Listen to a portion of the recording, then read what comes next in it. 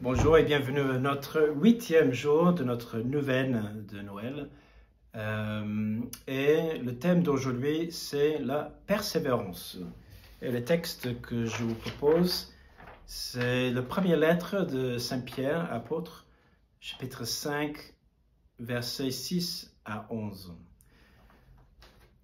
Je me souviens quand j'ai eu ma grande conversion à l'âge de 24 ans, et j'aurais redécouvert la foi, l'Église, Dieu, et je me souviens, j'ai passé par des moments d'une énorme joie. Tout est nouveau, on a l'impression de découvrir sans cesse de nouvelles choses. Il y a aussi d'autres personnes dans la communauté, dans la paroisse qui partagent ça.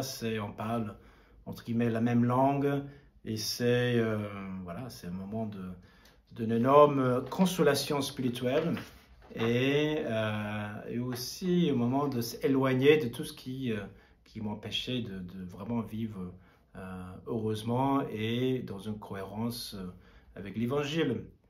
Et je me souviens, il y avait des jours où je me sentais tellement rempli de Dieu, une telle joie, et le lendemain, rien. Désolation. Je prie, je ne sens pas la présence du Seigneur et je me demandais, qu'est-ce que j'ai fait? Alors j'ai fait des checklists de toutes choses que j'essaie de mettre en place. Tout y est, mais pourquoi je ne sens pas la présence de Dieu? Et ça m'arrivait un peu comme en dents de scie. Et juste que le Seigneur m'explique en fait, ne me cherche pas, Richard, pour les sentiments, les émotions que tu peux ressentir, mais cherche juste moi, parce que c'est moi.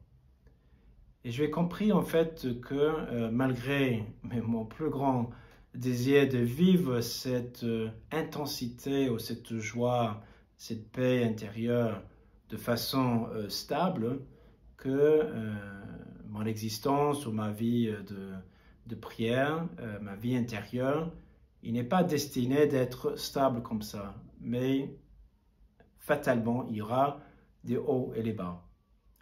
Et là, la question de la persévérance entre en jeu. Quand je prie, je ne sens rien, je suis sec, je suis aride, qu'est-ce que je fais? Est-ce que je persévère, je continue, ou je laisse tout à côté, voilà. Le Seigneur, souvent, il prend des risques, si vous voulez. Il te voit, il sait tout ce qu'on est en train de vivre, et dit, mais si je te prive de ça pour une période, qu'est-ce que tu vas faire? Et là, quand nous sommes dedans, c'est difficile à avancer quand on ne ressent pas grand-chose. Mais c'est par expérience, maintenant que je sais que à la fin, si je persévère, il y a toujours une pépite d'or qui m'attend. Qui, en fait, qui me montre que je suis en train de creuser dans la foi.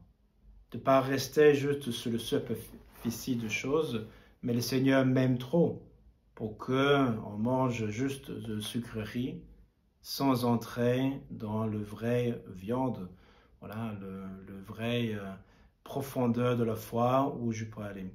Et le chemin pour y aller, c'est souvent accompagné par un petit moment de désolation ou de privation des sentiments. Et en prenant ces risques, le Seigneur me montre qu'en fait, c'est pas juste le pépite d'or, cette connaissance plus profonde maintenant que j'ai acquis à la fin de cette épreuve. Mais ce qui est important pour le Seigneur, c'est aussi le chemin. Cette période où je passe, où j'ai l'impression que rien ne se passe, en fait, correspondent avec le moment le plus important de ma vie spirituelle. C'est là où je suis vraiment en train d'avancer. Si vous voulez, comme une image, une petite caverne, ouverture, tu trouves un petit trésor, ah super, et tu passes le temps là. Et le Seigneur dit, mais creuse encore. Et tu vas trouver un autre, tu trouves un autre, tu trouves un autre. Et quand on creuse, voilà, c'est pas toujours agréable. Ou une autre image qui pourrait nous aider, c'est d'être sur un petit bateau, un petit voilier. Il y a des vagues de haut et de bas. Les vagues, si vous voulez, ce sont nos sentiments. Quand je suis tout en haut, je vois tout, c'est magnifique, le soleil, voilà, je suis dans la joie. Mais aussitôt, on descend dans le creux et je vois plus le cap, je suis un peu perdu, etc. Et je panique. Mais le grand marin d'expérience, il dit, tu ne peux pas rester sur la crête d'une vague tout le temps. Ça monte, ça descend. Et ce n'est pas forcément ça qui est le plus important. Le plus important, c'est garder bien le gouvernail et traverser. Et en traversant, on arrive à garder le cap avec parfois le moment d'exaltation, de joie, d'autres moments que nous sommes dans le creux, mais peu importe si je suis en haut ou en bas, le bateau continue à avancer à la même vitesse. Et c'est là la persévérance. Et peut-être vous avez remarqué, en tout cas moi j'ai remarqué, que si je fixe un temps de prière, ok, je vais prier 10 minutes, 20 minutes, une demi-heure, une heure, peu importe. Ça m'arrive de prier et j'ai l'impression que le temps a passé et je ne pensais ni un instant au Seigneur. Et désolé, je regarde ma montre, il reste 5 minutes, je dis, à quoi bon continuer si je ne suis pas dans un bon état, etc. Allez, je lâche. Mais cette petite voix intérieure qui dit, allez, jusqu'au bout. Bon. Même si j'ai l'impression qu'il ne sert à rien, je ne suis pas en train d'avancer.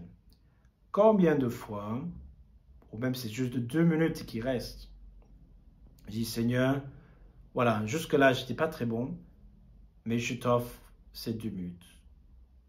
Et combien de fois, même dans les dernières 30 secondes, le Seigneur donne cette grâce, qui est au bout de cet acte de persévérance. Donc la persévérance, ça fait partie de notre vie intérieure, une partie très importante. C'est pour cela, même dans le prière le plus aride, le cœur le plus desséché, le Seigneur est toujours capable, si on persévère, de nous donner les grâces dont nous avons besoin. Il veut petit à petit nous détacher de l'importance qu'on peut donner à nos sentiments, nos émotions, et vraiment naviguer dans une foi qui est profonde, afin que peu importe où je me trouve, peu importe la aridité ou le lieu que je passe, cette joie, cette bonheur et cette paix ne me quittent plus.